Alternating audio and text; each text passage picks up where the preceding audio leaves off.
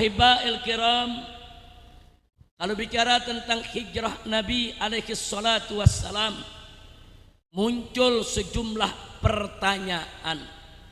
Kenapa Nabi kita harus hijrah dari kota Makkah ke kota Madinah? Banyak saudara kaum liberal yang belajar kepada orientalis, saudara, mereka dengan sangat ngawur sekaligus sesat menyesatkan di dalam mengartikan hijrah Nabi kita alaihi salatu wassalam. Ada yang mengatakan Nabi itu hijrah karena takut. Ada lagi yang mengatakan Nabi itu hijrah karena pengikutnya sedikit di Mekah. Jadi Nabi hijrah mau cari pengikut yang banyak di Madinah. Ada lagi yang mengatakan Nabi itu hijrah untuk cari kekuasaan di Madinah. Sebab kalau sudah punya kekuasaan mudah untuk mengumpulkan harta. Inna lillahi wa inna ilaihi raji'un. Ini semua fitnah, saudara. Ini semua fitnah keji, tuduhan yang sangat kurang ajar terhadap Nabi kita Sayyiduna Muhammad sallallahu alaihi wasallam. Ahiba'il kiram, andai kata, wa na'udzubillah min andai kata, saudara, andai kata Nabi kita alaihi salatu wassalam hijrah, saudara, untuk harta, tahta dan wanita, Nabi tidak perlu hijrah, saudara. Kenapa? Karena tokoh kafir Quraisy mewakili kaumnya sudah datang kepada Nabi menawarkan itu semua. Mereka katakan, ya Muhammad, hentikan kau punya dakwah. Apa yang kau mau dengan penyebaran Islam ini? Kalau kau ingin harta ya Muhammad, kami masyarakat Quraisy siap mengumpulkan separuh dari harta seluruh orang Quraisy untuk diberikan kepadamu, sehingga kau menjadi orang yang terkaya di antara kita. Andai kata engkau ya Muhammad ingin kekuasaan, maka kami masyarakat Quraisy siap untuk menjadikanmu sebagai raja Arab, menjadi raja kami semua. Dan kalau kau ingin wanita ya Muhammad, kami siap pilihkan gadis-gadis paling cantik di tengah masyarakat Arab untuk mendampingimu ya Muhammad. Apa yang kau mau? Yang penting stop dakwah ini. Masya Allah, saudara, kalau Nabi mau tahta, harta dan wanita, nggak usah hijrah, nggak usah hijrah ke Madinah, saudara. Repot-repot amat hijrah ke Madinah. Orang kafir Quraisy udah datang nawarin, saudara, tapi semua ditolak oleh Nabi kita Sayyiduna Muhammad sallallahu alaihi wasallam. Sampai Nabi diancam, ya Muhammad, kalau kau tolak ini, maka tidak ada pilihan lain, kami akan bunuh engkau. Semakin berat beban Nabi, saudara, dalam berdakwah, saudara. Akhirnya begitu kondisi Nabi sudah dalam teror yang paling tinggi, intimidasi yang luar biasa, Abu Thalib menyapa kita punya Nabi. Wahai keponakanku, wahai Muhammad, apa enggak bisa ini dakwah direm dulu, ini dakwah dikendorin dulu, karena ini tekanan udah luar biasa, ancaman udah begitu hebat, Nabi mau dibunuh. Saudara, ketika itu Nabi meneteskan air mata, saudara. Kenapa Nabi meneteskan air mata? Bukan takut, bukan. Beliau khawatir kalau Abu Thalib berubah sikap, saudara. Begitu melihat Nabi murung, apa kata Abu Thalib? Ya Muhammad, kata Abu Thalib ini, saudara, begitu lihat, ya Muhammad, aku tidak menekanmu, aku tidak memaksamu. Abu Thalib cuma ngasih saran, saudara. Akhirnya dijawablah oleh Nabi alaihi salatu wassalam. Apa beliau katakan? Ya ammi ya Abu Thalib, hei pamanku Abu Thalib, kulli Quraisy, katakan kepada semua orang-orang Quraisy tersebut, law wada'atis samsa ala yamini wal qamara ala yasiri an atruqa hadzal amr wallahi ma tarak. Sampaikan kepada orang-orang Quraisy itu, wahai pamanku, andai kata mereka meletakkan matahari di kananku, bulan di kiriku, agar aku meninggalkan kewajiban dakwah ini, demi Allah tidak akan pernah aku tinggalkan. Takbir, angkat tangan semua, takbir. Saya mau tanya, Nabi kita tegas tidak? Bagus tidak? Sallu ala Nabi. Begitu dengar jawaban Nabi, begitu cerah muka Abu Talib.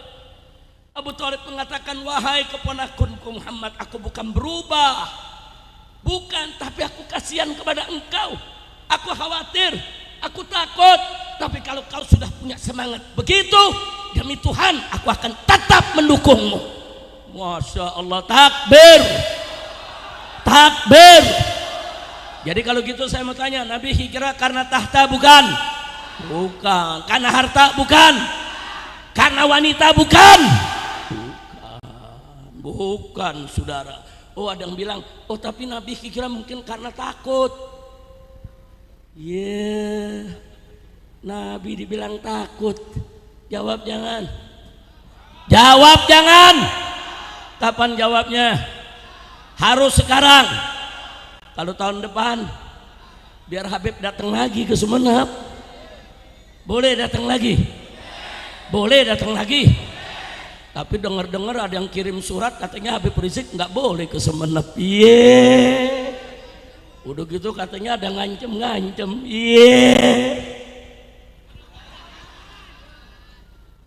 Nggak tahu cintanya orang Madura sama ulama, betul? Nggak tahu cintanya Madura sama habaib, betul? Namanya aja Madura. Ayo, siapa yang tahu arti Madura? Oh, nggak ada yang tahu kan? Habib yang mau kasih tahu. Mau tahu? Mau tahu? Madura adalah madu dan darah. Apa tuh maksudnya madu dan darah, Habib? Kalau yang datang ke Madura bawa kebaikan, orang Madura kasih madu sama dia. Betul? Betul? Tapi coba-coba datang ke Madura bikin kerusakan, dikasih darah sama Madura. Betul? Takbir. Jadi Madura apa? Baru tahu. Jangan macam-macam orang Madura, betul? Saya mau tanya, orang Madura cinta ulama tidak? Cinta kiai tidak? Cinta habaib tidak? Ada mau ngadu domba Habib me kiai. Kacau tidak? Nah, sekarang saya mau tanya, orang Madura mau gak diadu domba? Mau tidak dipecah belah? Siap bersatu, siap berjuang, siap bela kiai, siap bela ulama, siap bela habaib. Takbir. Sallu ala Nabi. Nah, jadi apa betul Nabi karena takut? Mari kita lihat, saudara, buka sejarah. Sebelum Nabi alaihi salatu wassalam hijrah ke Madinah, Nabi memerintahkan terlebih dahulu para sahabatnya berangkat meninggalkan Mekah. Hanya beberapa gelintir sahabat yang disisakan, seperti Sayyidina Abu Bakar Siddiq radhiyallahu anhu. Kenapa Sayyidina Umar tidak dikasih hijrah dulu untuk menemani Nabi nanti, saudara? Yang kedua, Sayyidina Ali ibn Abi Thalib, saudara, radhiyallahu anhu, juga nggak dikasih hijrah dulu karena Nabi punya rencana-rencana, saudara. Tapi yang menariknya, sahabat-sahabat yang pemberani, yang gagah, yang ditakuti oleh masyarakat Quraisy, seperti Sayyidina Umar ibn Khattab, Sayyidina Hamzah, saudara, yaitu paman Nabi, saudara, justru mereka diminta oleh Nabi segera tinggalkan Mekah, segera berangkat ke Madinah. Ini jadi catatan. Kalau Nabi takut, mestinya jagoan-jagoan jangan disuruh jalan dulu, betul? Betul? Kalau Nabi takut, mestinya Sayyidina Umar ibn Khattab, saudara, Sayyidina Hamzah yang pemberani, yang gagah, yang ditakuti, mestinya tunggu untuk menjaga Nabi. tapi Nabi nggak perlu penjagaan mereka karena Nabi sudah dijaga oleh yang maha kuat, yang maha besar. Siapa yang maha kuat? Siapa yang maha besar? Siapa yang maha perkasa? Siapa yang maha kuasa? Takbir. Sallu ala Nabi. Ini bukti. Yang kuat-kuat disuruh berangkat, itu bukti kalau Nabi bukan pengecut. Itu bukti kalau Nabi bukan penakut. Betul. Orang penakut, saudara, yang gagah-gagah disuruh jaga dulu, itu penakut. Nabi enggak, saudara. Yang gagah yang ditakuti Sayyidina Umar, lihat bagaimana cara beliau itu, yaitu daripada hijrahnya, saudara. Banyak saat itu sahabat Nabi yang hijrah sembunyi-sembunyi, ngumpet-ngumpet karena tidak punya kekuatan. Beda dengan Sayyidina Umar radhiyallahu anhu. Sayyidina Umar terang-terangan dia umumkan ke masyarakat Quraisy, aku mau hijrah. Siapa yang mau cegah aku? Barang siapa yang istrinya mau jadi janda, anaknya mau jadi yatim, silakan tunggu aku di pintu gerbang Mekah. Takbir. Saya tanya Sayyidina Umar gagah tidak? Pemberani tidak? Enggak ada satu kafir Quraisy pun yang berani menghadang Sayyidina Umar, saudara. Masya Allah, alhamdulillah. Tapi yang begini Nabi suruh berangkat duluan. Sayyidina Umar khawatir, ya Rasulullah bagaimana engkau nanti kalau kami berangkat duluan? Berangkat, kata Nabi, berangkat. Aku ini belum diizinkan oleh Allah untuk berangkat. Nabi enggak boleh untuk hijrah sebelum dapat izin dari Allah Subhanahu wa ta'ala. Nah, jadi di sini kelihatan, saudara, bahwa Nabi kita seorang pemberani. Nabi kita bukan seorang penakut. Saudara, justru karena keberanian Nabi, orang-orang pemberani sekelas Sayyidina Umar dan Sayyidina Hamzah semuanya disuruh meninggalkan Mekah, pergi ke Madinah, nggak usah jaga Nabi, karena Nabi bukan seorang pengecut. Alhamdulillah.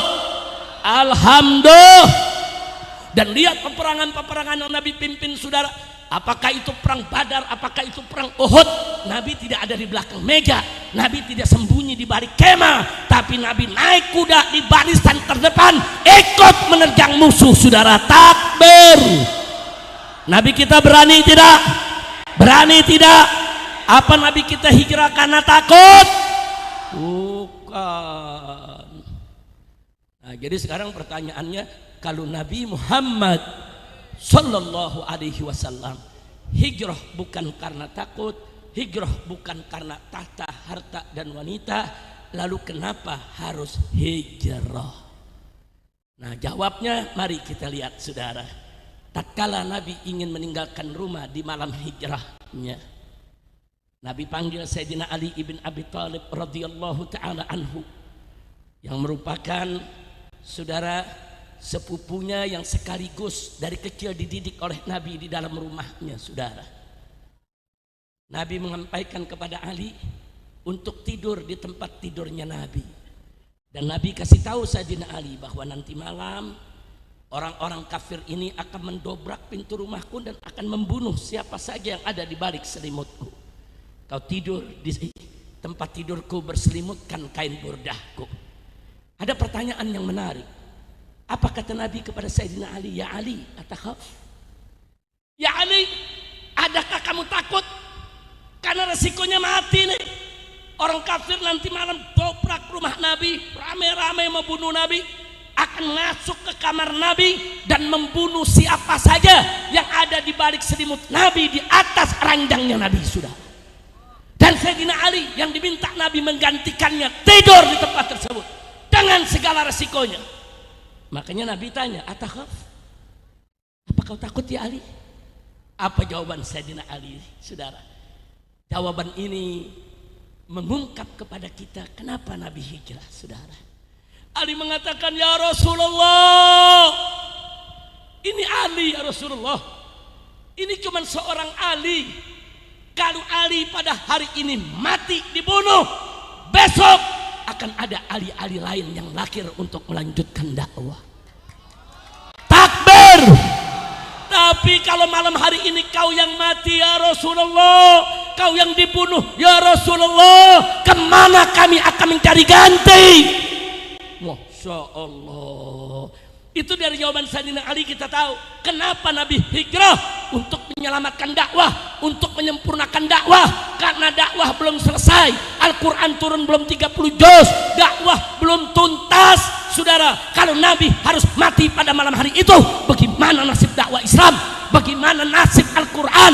Bagaimana nasib kesempurnaan dakwah, saudara? Maka itu kata Ali, ini Ali ya Rasulullah. Kalau Ali mati pada malam hari ini, masih ada ribuan Ali yang akan lahir untuk melanjutkan perjuangan. Tapi kalau kau yang mati ya Rasulullah, kemana kami akan mencari pengganti? Siapa yang akan menuntaskan dakwah ini?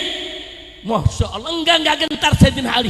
Berangkatlah ya Rasulullah, biarkan aku yang, yaitu uktal walah tuktal, biarkan aku yang mati, asal jangan kau yang dibunuh ya Rasulullah. Takbir.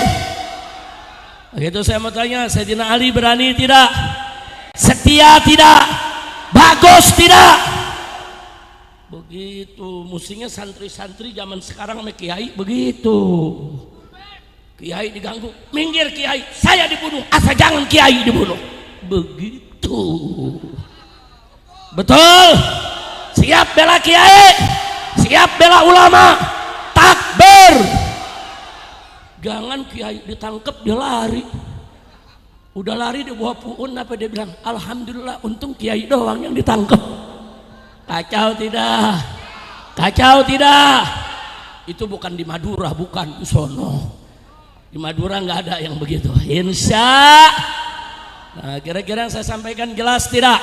Jadi saya mau tanya sekali lagi, Nabi itu hijrah dari Mekah ke Madinah, apa karena tahta? Apa karena harta? Apa karena wanita? Apa karena takut? Akan tetapi untuk menjamin kesinambungan dakwah, untuk memastikan dakwah ini tidak padam, saudara. Dan alhamdulillah berkat hijrah Nabi dari Makkah ke Madinah, Islam itu tersebar kemana-mana sampai ke bumi Madura ini, saudara. Barokah hijrah, Islam akhirnya tersebar. Barokah hijrah, Nabi akhirnya menuntaskan tugasnya sebagai seorang Nabi, menyempurnakan dakwahnya, sudah menyampaikan apa yang harus disampaikan kepada umatnya, sehingga umatnya, para sahabatnya, tabi'in, semua melanjutkan perjuangan Nabi, saudara, sampai masuk ke Nusantara. Bagaimana Wali Songonya, saudara, berjuang menyebarkan Islam di tanah Jawa dan tanah-tanah lainnya di bumi Nusantara. Alhamdulillah, itulah berkah hijrah Nabi sehingga kita semua mengenal Islam. Alhamdulillah. Bersyukur tidak? Bersyukur tidak? Itu semua berkah daripada hijrah Nabi. Nah, saudara, di dalam Al-Quranul Karim ada satu ayat yang singkat, padat, ringkas, jelas, menceritakan perjuangan kita punya Nabi alaihi salatu wassalam. Wallahu subhanahu wa ta'ala qala li nabiyhi habibina Muhammad sallallahu alaihi wasallam, wa idh yamkuru bikal ladzina kafaru liyuthbituka aw yaqtuluka aw yukhriju wa yamkuruna wa yamkurullah wallahu khairul makirin. Shadaqallahul azim. Ini ayat luar biasa, saudara. Singkat, padat, ringkas, jelas, menghimpun perjuangan suka duka Nabi. Apa Allah katakan dalam ayat tadi? Wa idh yamkuru bikal ladzina kafaru. Tatkala mereka orang-orang kafir berbuat makar kepada engkau wahai Nabi, berbuat makar kepada engkau wahai Muhammad, berbuat tipu daya, tipu muslihat. Untuk apa orang-orang kafir itu memperdayakanmu? Liyuthbituk, untuk membungkammu, atau zaman sekarang kalau diartikan memenjarakanmu, saudara, untuk membungkam dakwahmu. Au yaktuluk, atau untuk membunuhmu. Au yukhrijuk, atau untuk mengusirmu. Tiga-tiganya dialami oleh Nabi. Pertama, Nabi mau dibungkam dakwahnya. Kedua, Nabi mau dibunuh di mana hijrah. Dan ketiga, akhirnya apa? Nabi terusir dari kota Mekah, saudara. Allah ceritakan. Nah, sekarang bagaimana cara mereka membungkam dakwah Nabi? Sebelum pada akhirnya mereka ingin membunuh Nabi, sebelum pada akhirnya Nabi berhasil keluar dari kota Mekah. Saudara, antara lain satu, saudara, tatkala Nabi berdakwah, mereka caci maki Nabi, mereka hina-hina Nabi. Saudara, Nabi berdakwah di kota Mekah dicaci maki, dihina-hina sama orang kafir. Mari kita lihat kenapa mereka mencaci maki Nabi, kenapa mereka menghina Nabi. Saudara, supaya Nabi jerak kapok, jangan berdakwah lagi. Itu artinya mereka ingin membungkam dakwah Nabi kita Muhammad Sallallahu Alaihi Wasallam. Tapi apa yang terjadi, saudara? Apa terus Nabi berhenti dakwah karena cacian? Apa Nabi berhenti dakwah karena hinaan? Tidak. Walaupun dicaci maki, dihina habis-habisan, Nabi tetap berdakwah. Bahkan semakin hari yang masuk Islam semakin banyak, semakin hari yang dapat taufik hidayah semakin banyak, saudara. Alhamdulillah. Oh, mereka enggak mempan caci maki Nabi, saudara. Lalu apa yang mereka lakukan, saudara? Setelah dicaci maki tidak berhasil, mereka fitnah Nabi. Mereka fitnah Nabi, dibilang tukang sihir, saudara. Nabi disebut orang gila, saudara. Macam-macam difitnah. Kenapa Nabi difitnah? Supaya Nabi jerah berdakwah, supaya Nabi berhenti berdakwah.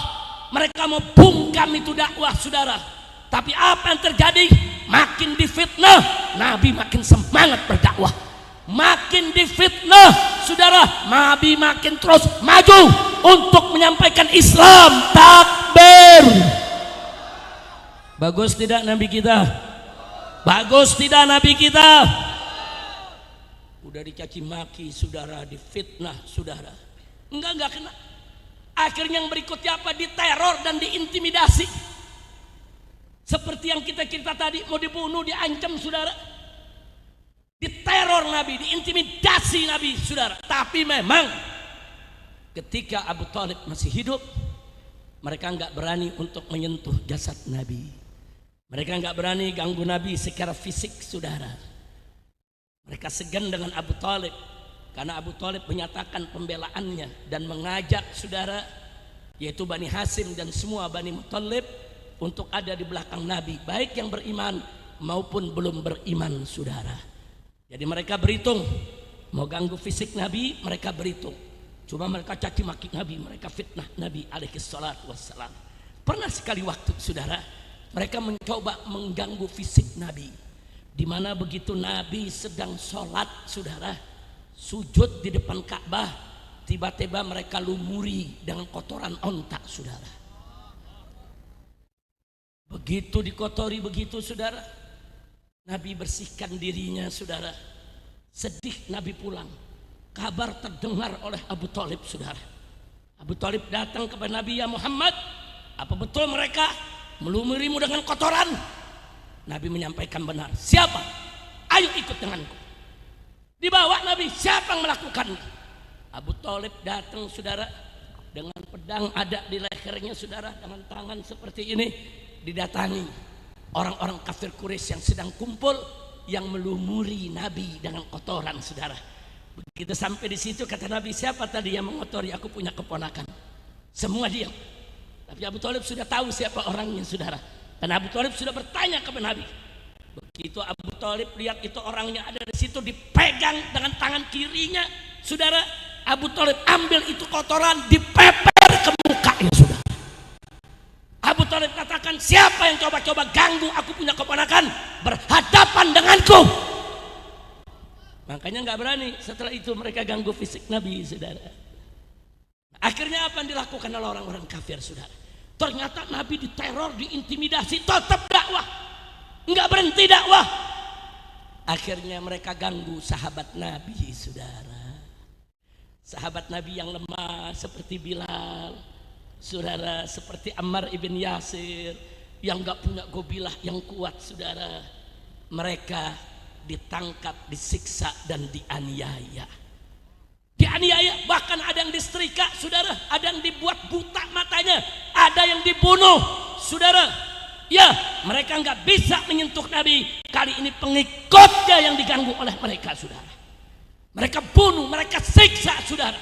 Untuk apa? Supaya Nabi berhenti dakwah. kalau kau dakwah terus ya Muhammad, beginilah nasib kau punya pengikut. Saat itu posisi Nabi dilematis, saudara. Kalau berhenti dakwah, Allah murka. Kalau lanjut dakwah, sahabat disiksa. Bagaimana cara menyelesaikannya? Tapi Nabi kita cerdas, saudara. Nabi berhenti sejenak. Apa yang beliau lakukan? Beliau cari cara. Bagaimana dakwah lanjut? Sahabat yang lemah selamat, tidak disiksa. Akhirnya beliau dapatkan cara tersebut, saudara. Beliau kumpulkan para sahabatnya tadi yang lemah-lemah. Kalian berangkat ke negeri Habasyah. Sekarang ini Ethiopia di Afrika. Di sana ada seorang raja yang tidak akan mengganggu agama kalian. Aman, kalian punya akidah di sana. Berangkat. Yang lemah-lemah Nabi suruh berangkat. Berangkatlah mereka, saudara. Dipimpin oleh Ja'far ibn Abi Thalib, saudaranya Sayyidina Ali, dan ikut dalam rombongan tersebut Sayyidina Utsman ibn Affan radhiyallahu anhum ajma'in, saudara. Berangkat mereka. Begitu mereka berangkat selamat sampai Ethiopia, Nabi dengar kabar bahwa sahabatnya sudah sampai dan dilindungi mendapatkan suaka politik. Nabi keluar lagi, dakwah lagi, saudara. Nah, saya mau tanya saudara, Nabi cerdas tidak? Cerdas tidak? Apa dengan sahabatnya dibunuh Nabi berhenti dakwah? Tidak, saudara. Nabi cari cara selamatkan pengikut, dakwah jalan terus. Alhamdulillah.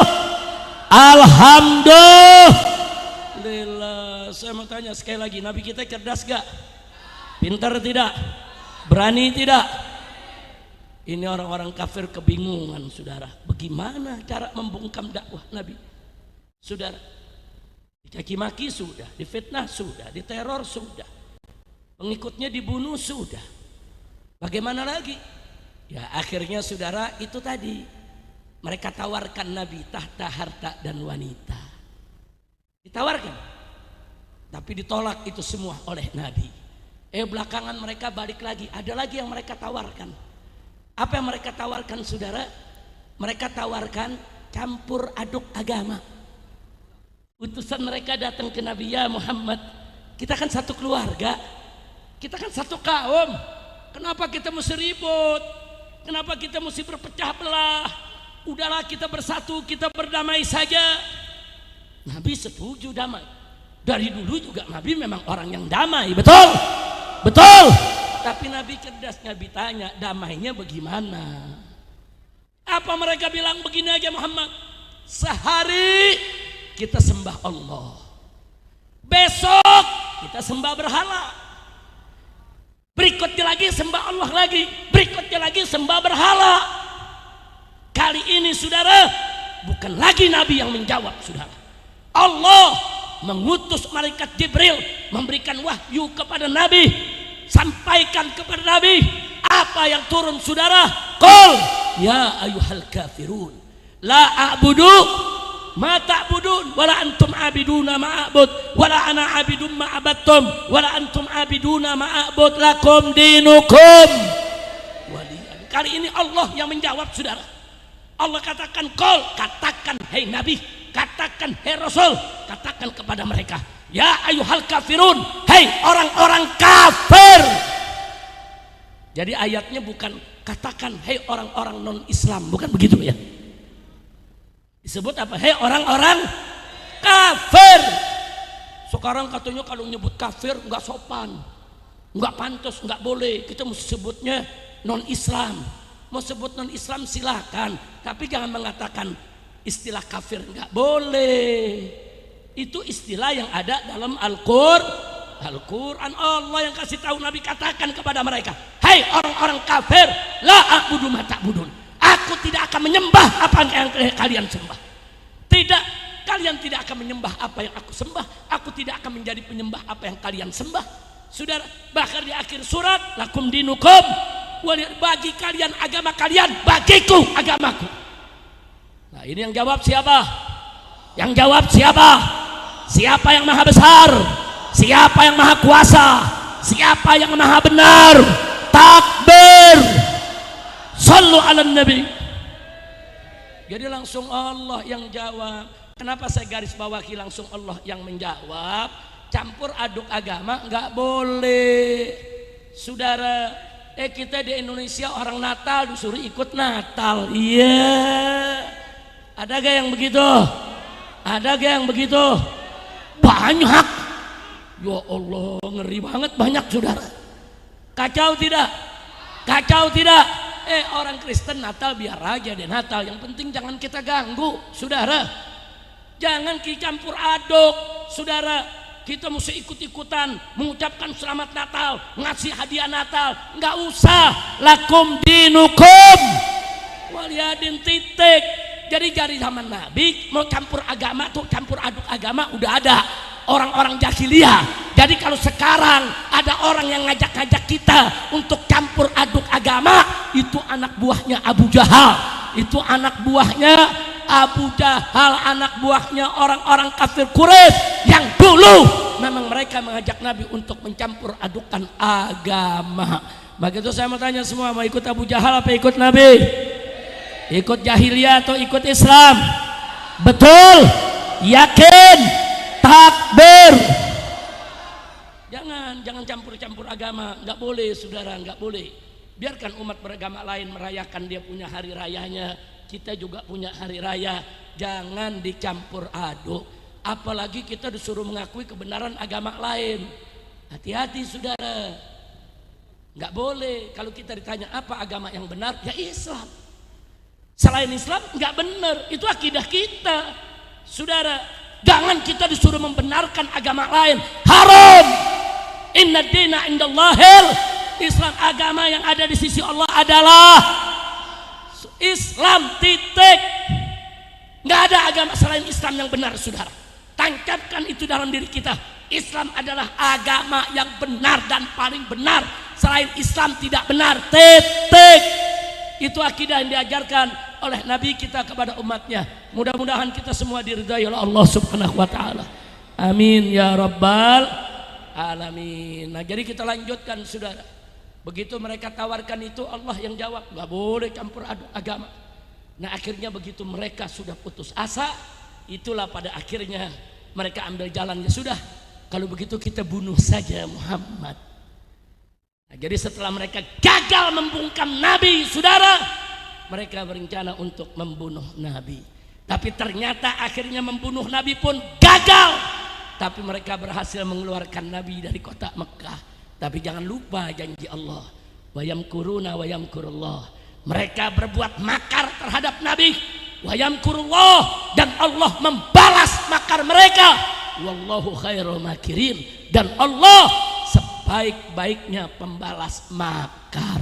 Alhamdulillah. Buktinya hanya beberapa tahun Nabi hijrah, selanjutnya Nabi kembali masuk ke Mekah di hari Fathu Mekah. Maka takluk, semua berhala dihancurkan, dan pada akhirnya seluruh orang Mekah rame-rame masuk Islam. Alhamdulillah. Alhamdulillah.